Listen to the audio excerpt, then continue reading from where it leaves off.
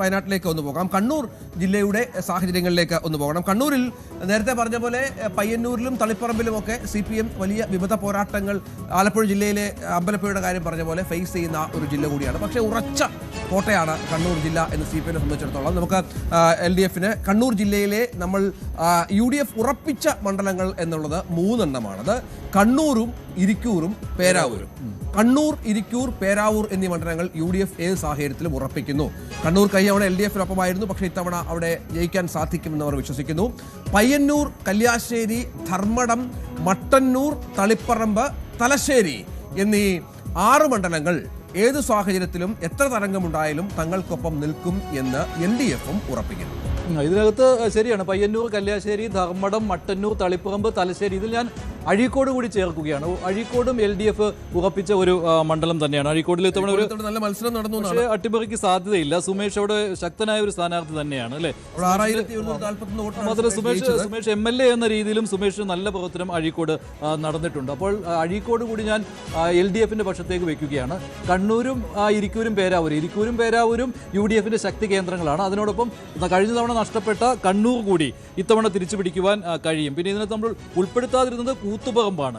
കൂത്തുപറമ്പിൽ ലീഗിന്റെ ജയന്തി രാജനും സാധ്യതയുണ്ട് എന്നതുകൊണ്ടാണ് അത്. പക്ഷെ തൽക്കാലം അത് LDF പക്ഷത്തേക്ക് വയ്ക്കുവാൻ ഞാൻ ആഗ്രഹിക്കുകയാണ്. എന്തായാലും UDF 3 അല്ലേ, UDF 3 മണ്ഡലങ്ങൾ ഉറപ്പിക്കുന്നു. കണ്ണൂരും ഇരിക്കൂറും പേരാവൂരും. 6 മണ്ഡലങ്ങളിൽ LDF ഏത് സാഹചര്യത്തിലും അവർ ജയിക്കുമെന്ന് അവരുടെ കണക്കിൽ ഉറപ്പിച്ചിരിക്കുന്നു. 8-3 അല്ലേ. അതെ, സൈത്ത് കിരൺ, ഇതിനകത്ത് കാര്യമായ രീതിയിൽ ഇടതുമുന്നണിക്ക് ഏതെങ്കിലും തരത്തിൽ ഏറ്റവും വെല്ലുവിളി വരേണ്ട ഒരു ജില്ലയാണ് കണ്ണൂർ. കാരണം കണ്ണൂരിൽ നിന്നാണ് പാർട്ടിയുടെ ഒരു ജില്ലാ സെക്രട്ടേറിയറ്റ് അംഗം, വേറെ ഒരു സുധാകരനെ മാറ്റി നിർത്തിയാൽ പാർട്ടിയുടെ ഏറ്റവും തലപ്പത്തിരിക്കുന്ന ഒരു ജില്ലയുടെ സെക്രട്ടേറിയറ്റ് അംഗമായ ഒരാൾ മറുപക്ഷത്തേക്ക് പോയി സ്ഥാനാർത്ഥിയാവുന്നു. ജില്ലാ കമ്മിറ്റി അംഗം പരസ്യമായി പാർട്ടിക്കെതിരെ അഴിമതി ആരോപണം, അതിന് രക്താക്ഷി ഫണ്ടിലടക്കം അഴിമതി ആരോപണം ഉന്നയിച്ചുകൊണ്ട് മറുപക്ഷത്തേക്ക് പോകുന്നു. ഇതെല്ലാം കണ്ണൂരിൽ നിന്നാണെന്ന് ആലോചിക്കണം.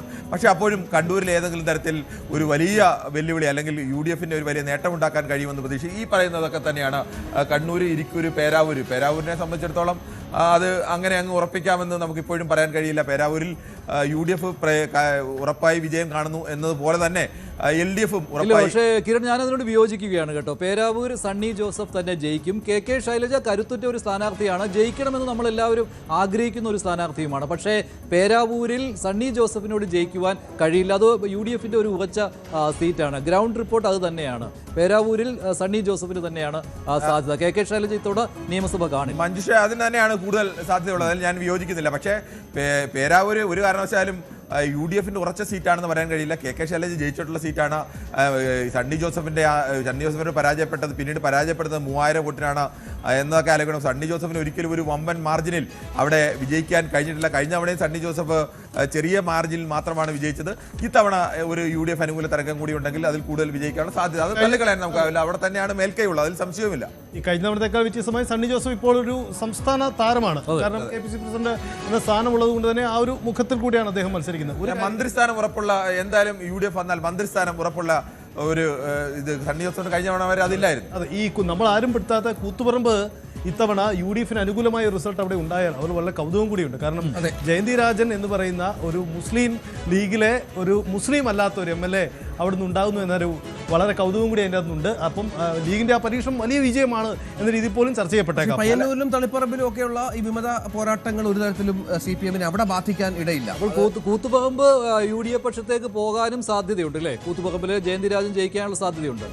ആദ്യം രഞ്ജിത്ത് പറഞ്ഞതനുസരിച്ച് ഈ പയ്യന്നൂരിലെ അവിടുത്തെ വിമതർ എന്ന് പറയുന്ന ആ മണ്ഡലം ജയിക്കൂ, ആ മണ്ഡലത്തിൽ ഏതെങ്കിലും തരത്തിൽ ഇവർക്ക് രണ്ടുപേർക്കും ചിലപ്പോൾ ഭൂരിപക്ഷം കുറയ്ക്കാൻ കഴിഞ്ഞേക്കും. അതിനപ്പുറം LDFിനെ പരാജയപ്പെടുത്താൻ കഴിയില്ല.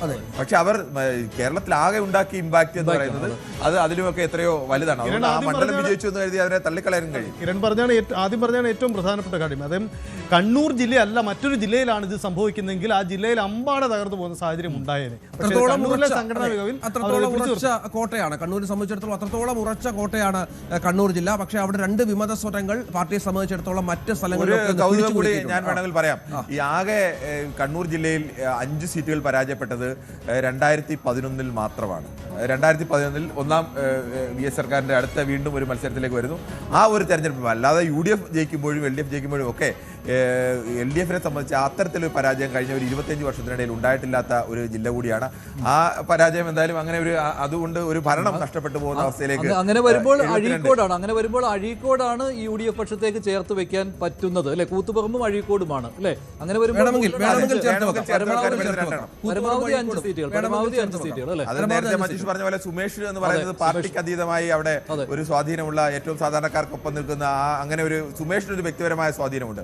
ആ സ്വാധീനത്തിൽ മറികടക്കുമെന്നാണ് CPM-ന്റെ പ്രതീക്ഷ. കോൺഗ്രസിനെ സംബന്ധിച്ച് ആശങ്ക. പക്ഷേ ഗ്രൗണ്ടിൽ അങ്ങനെ അല്ല കേട്ടോ. സുമേഷ് അതിശക്തനായ ഒരു സ്ഥാനാർത്ഥി തന്നെയാണ് അവിടെ. അഴീക്കോട് ബുദ്ധിമുട്ടാണ് UDF-ന് എന്തായാലും. അല്ല, അതാണ് ഞാൻ പറയുന്നത്. സുമേഷിന്റെ ഒരു പ്ലസിൽ LDF-ന് വിജയിക്കാനുള്ള സാധ്യതയാണ് അവർ കാണുന്നത്. പിന്നെ കണ്ണൂർ ജില്ല കാത്തിരിക്കുന്ന മറ്റൊരു കാര്യം പിണറായി വിജയന്റെ ഭൂരിപക്ഷമാണ് ധർമ്മടത്ത് അല്ലെ. ഇത്തവണ വലിയ മത്സരമുണ്ട് എന്നൊക്കെ പറയുന്നു. പക്ഷേ പിണറായി ഭൂരിപക്ഷം കൂട്ടുമോ കുറയ്ക്കുമോ PV അൻവർ പറഞ്ഞതുപോലെ പിണറായി വിജയന്റെ ഭൂരിപക്ഷം കുറയും, 10,000-ൽ താഴെ പോകുന്നുള്ളതാണ്. അപ്പോൾ ആ ഒരു കൗതുകത്തിനും കൂടിയുള്ള മറുപടി കണ്ണൂരിലുണ്ടാവും. പിണറായി വിജയനെ സംബന്ധിച്ചിടത്തോളം ഭൂരിപക്ഷം കുറഞ്ഞാൽ പോലും അത് വിജയിക്കുമെന്നുള്ള കാര്യത്തിൽ ലോകത്ത് ആർക്കും യാതൊരു സംശയമില്ല. പക്ഷേ ഭൂരിപക്ഷം കുറഞ്ഞാൽ ഈ പറയുന്ന പോലെ 10,000 15,000 ഒക്കെയാണ് പിണറായി വിജയൻ ഭൂരിപക്ഷം വരുന്നെങ്കിൽ പോലും അത് ഒരു തരത്തിൽ പറഞ്ഞാൽ വലിയ നാണക്കേട് കൂടി, തോൽവിക്ക് സമാനമായ നാണക്കേട്. അതാണ് 7-4. അപ്പോൾ കണ്ണൂരിൽ 7-4, LDF 7, UDF 4. നമുക്ക് വയനാട് കൂടുതൽ വാർത്തകൾക്ക് News 18 Keralam YouTube channel subscribe ചെയ്യുക.